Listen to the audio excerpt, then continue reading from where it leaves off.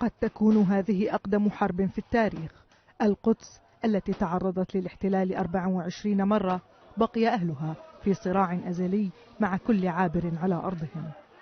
لكن التاريخ خذل إسرائيل كثيرا، فلم يتمكن اليهود من إثبات وجود ما يسمونه هيكل سليمان تحت المسجد الأقصى.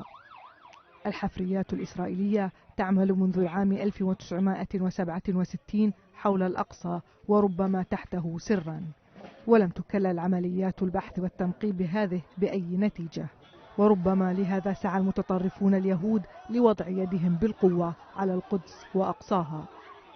ففي العام 67 دمر الإسرائيليون حي المغاربة ليقيموا الساحة أمام حائط البراق أو المبكى. وقتها كان لليهود بيت واحد في حي المغاربة من بين 132 بيتا للفلسطينيين.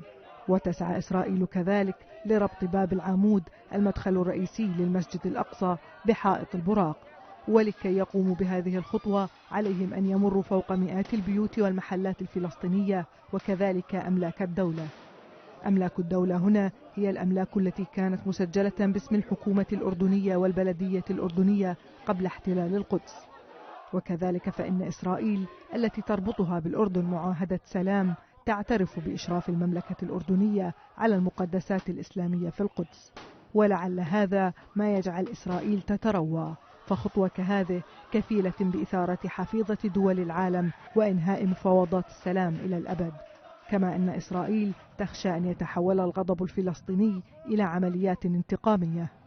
لم يبقى أمام إسرائيل سوى انتهاج سياسة الاعتداء المباغت على الأقصى ودعم المتشددين وتشجيعهم على اقتحام الحرم والبطش بسكان القدس الذين يحاولون حماية مسجدهم وأرضهم.